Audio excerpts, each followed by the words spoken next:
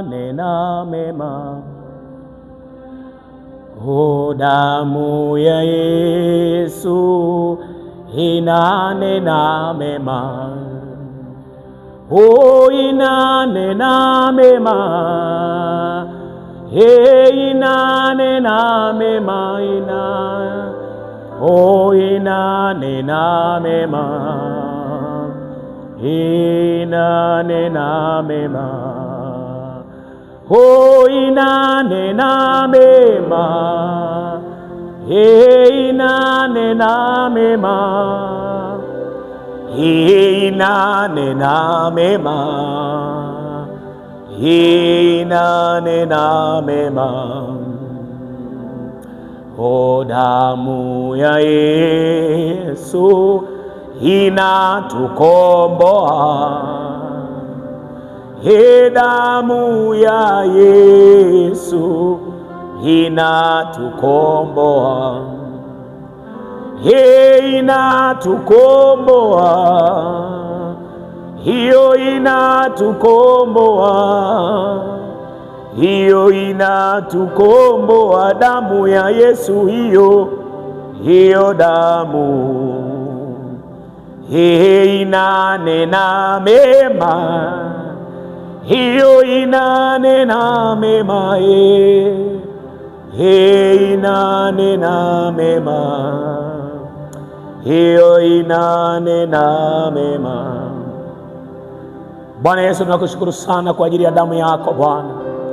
Damu yako inaonena mema, damu yako inaosamehe, damu yako inaosha, damu yako inaotakasa, damu yako inaosafisha, damu yako iliyomwagika msalabani, damu yenye nguvu, damu yenye uweza, damu yenye mamlaka, damu iliyosafisha watu wako.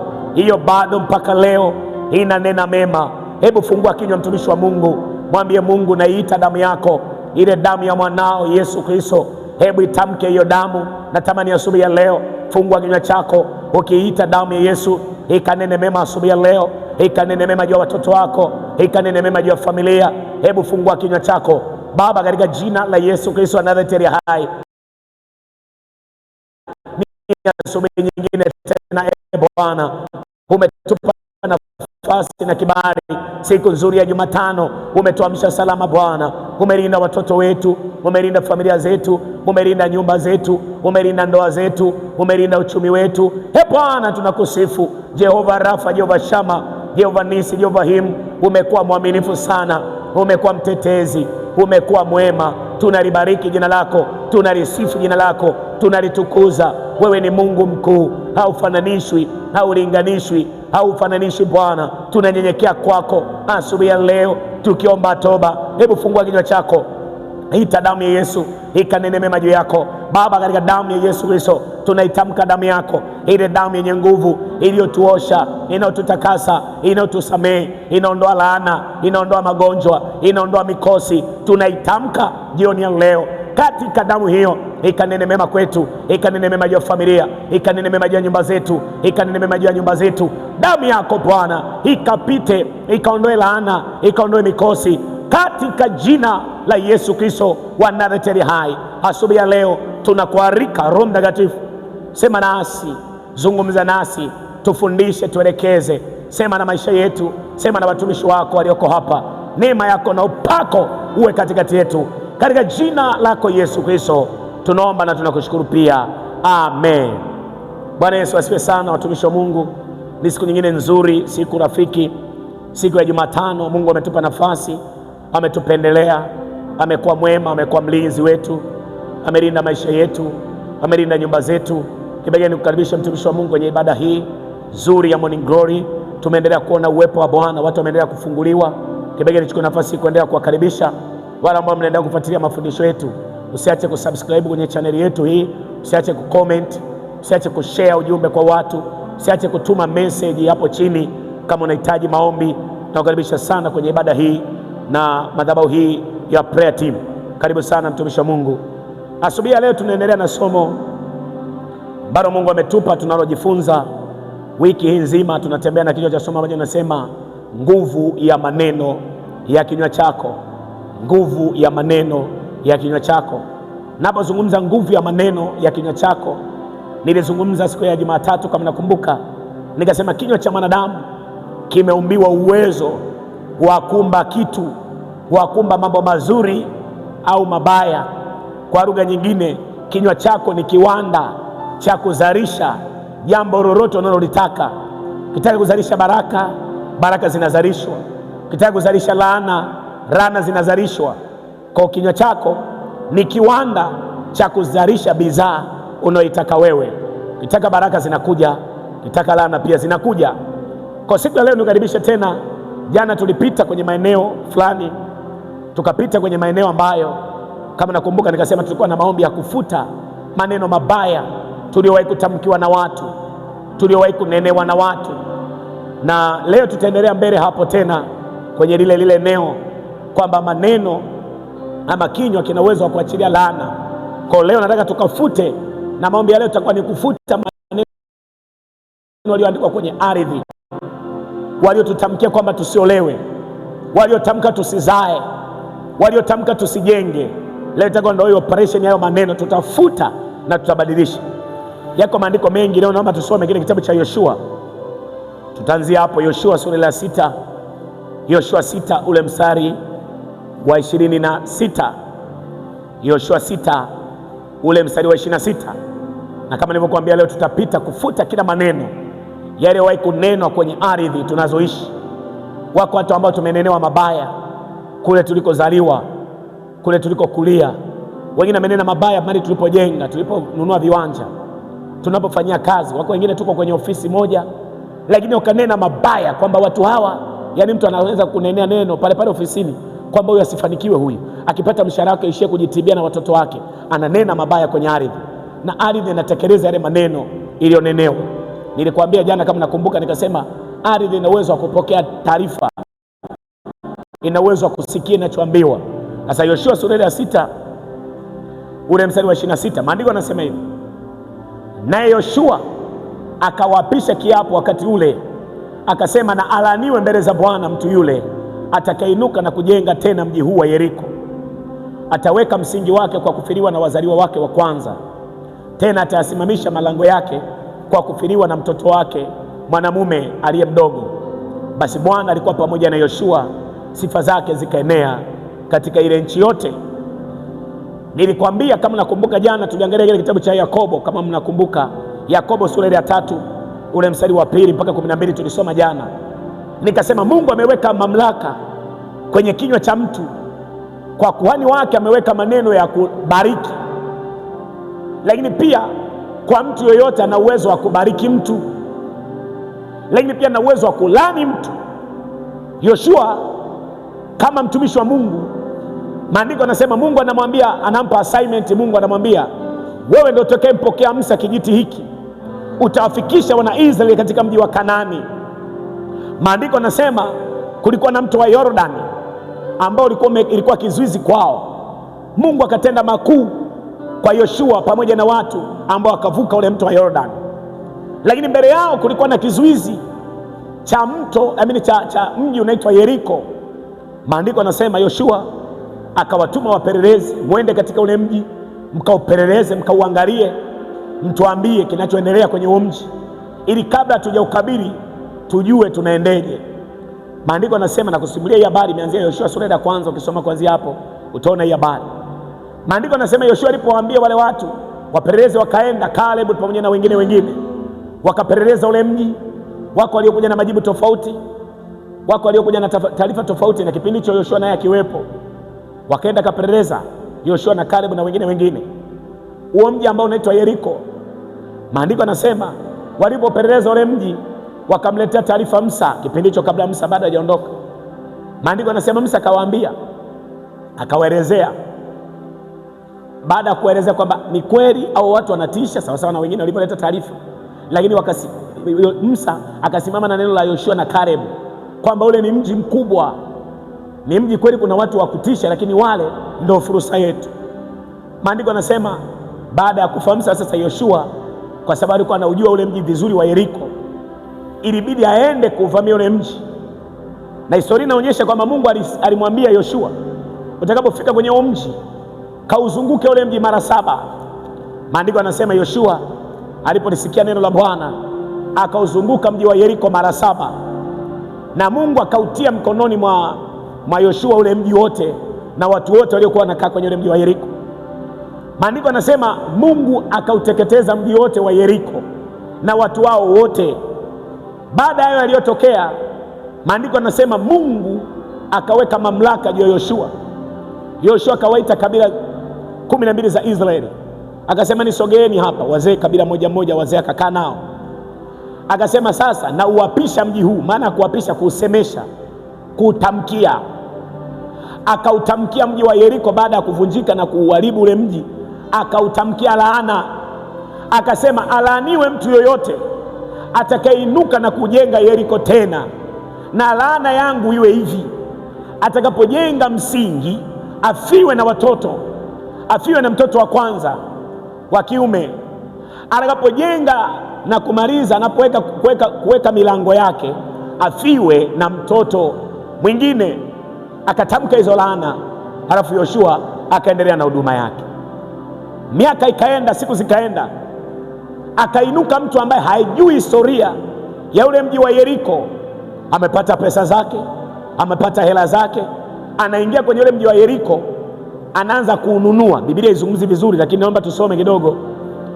Biblia isemi haya nayo yasema haya mengine nimeongezea mimi. Yoshua, usome kile kitabu cha Wafalme, kile kitabu cha Wafalme wa pili, kama nisome Wafalme wa kwanza, Wafalme wa kwanza sura ile ya 6, Wafalme wa kwanza sura ile ya 16. Asante Roho Mtakatifu. Wafalme wa kwanza sura ile ya 16 ule mstari wa 34. Naomba nisikilize mtumishi wa Mungu. Wafalme wa kwanza sura ile ya 16 mlango wa 34. Kumbuka nikasema ni maombi ya kufuta maneno mabaya yaliyoitamkwa kwenye miji yetu. Maandiko yanasema hivi kwenye Wafalme wa kwanza sura ile ya 16 mstari wa 20 na 34. Anasema katika siku zake Elieli Mbetheri akajenga Yeriko, akatia misingi yake kwa kufiliwa na Abrahamu mzaliwa wake wa kwanza, na kuyaweka marango yake kwa kufiliwa na mwana wake mdogo Segebu, sawa sawa na neno la Bwana alilolinena kwa Yoshua mwana wa Nuni. Haya ni maneno ambayo Yoshua aliyatamka kwenye nyakati zake, kwenye miaka yake. Yoshua kafa, miaka ikaenda, wakainuka wafalme. Kitabu cha Wafalme kinaelezea wafalme ndio wakainuka wakiwa na tawala kwenye nyakati hizo. Wakati wa kutawala kwao, akainuka mtu akauona mji wa Yeriko ni mzuri, umepambwa, akautamani, akatamani kujenga mji ule. Maandiko yanasema alipoanza kujenga, ghafla mtoto wake wa kwanza akaumwa, akafa alipoweka misingi tu. Akapambana, akataka kwanza, amepaua, baada ya msiba kazika, akataka kuendelea na ujenzi. Amejenga nyumba, amemaliza, anataka kuweka milango. Kifo kingine cha mtoto mwingine kikatokea. Sasa neno linatuthibitishia kwamba sawa sawa na neno la Bwana lililonenwa kwa nani? Kwa Yoshua. Nilikwambia nikasema, kwenye kinywa, iwe ni cha mchungaji wako, iwe ni cha nabii unayemtegemea, iwe ni yoyote, lakini pia kinywa cha mtu yoyote, mwanadamu yoyote, kina uwezo wa kuumba, kina uwezo wa kuleta matokeo.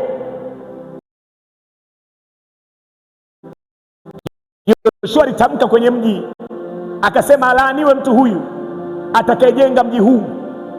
Alafu akaondoka, akainuka mtu akaanza kujenga mji. Baada ya kujenga mji, mtoto wake akafa sawa sawa na neno alilolitamka Yoshua. Kamalizia milango, mtoto wa pili kafa sawa sawa na neno la Yoshua alilolitamka. Ni nini nataka tujifunze, watumishi wa Mungu? Wako watu ambao tumenenewa mabaya kwenye miji tunayokaa.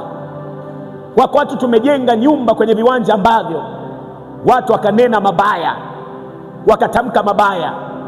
Yale mabaya yanaleta matokeo mabaya kwetu. Wako watu waliotusemea mabaya, wakaitamkia ardhi, wakainenea kwamba mtu asibarikiwe huyu, asifanikiwe huyu, asiolewe huyu, asifanikiwe kwenye mji huu. Wako wengine tumenunua maeneo ambayo watu wabaya wakatutamkia laana, wakatusemea laana. Leo nataka tukafute kwa damu ya Yesu kila laana walizotutamkia, tukafute, tukabadilishe, tukabatilishe, tukaondoe. tukang'oe hizo laana, na tunamwamini Mungu anayesikia, anayetenda, anayefanya, tukashughulike na hizo laana. Sema amina. Kwa maombi ya leo tutafuta kila maneno mabaya yaliyowahi tamkwa kwenye miji tunayokaa. Niliwasimulia siku moja kwenye YouTube channel hii. Kuna mama mmoja ambaye alinisimulia, akaniambia, mtumishi wa Mungu, mimi nilikuwa nakaa maeneo ya Kinondoni. Mimi na mume wangu tunafanya kazi, tumeajiriwa, tunafanya kazi nzuri tu. Lakini mimi na mume wangu, mtumishi wa Mungu, tulikuwa tumepanga nyumba nzuri ambayo tunalipa $1,500,000 kwa mwaka, kwa mwezi. $1,500,000 kwa mwezi. Lakini tulikuwa na uwezo wa kulipa na maisha yanaenda. Mimi nafanya kazi, nimeajiriwa, na mume wangu pia. Lakini kwenye hayo mazingira, mtumishi wa Mungu, mume wangu akasema, mke wangu, twende tujenge kwenye kiwanja chetu, tukajenge. Wakakubaliana naenda kajenge, na ni kweli wakaondoka, kaenda kujenga kwenye eneo ambalo alinunua, wakaanza kuishi kwenye mji. Lakini ghafla, wakati wameendelea kuishi kwenye ile eneo, matatizo yakaibuka, changamoto zikaibuka.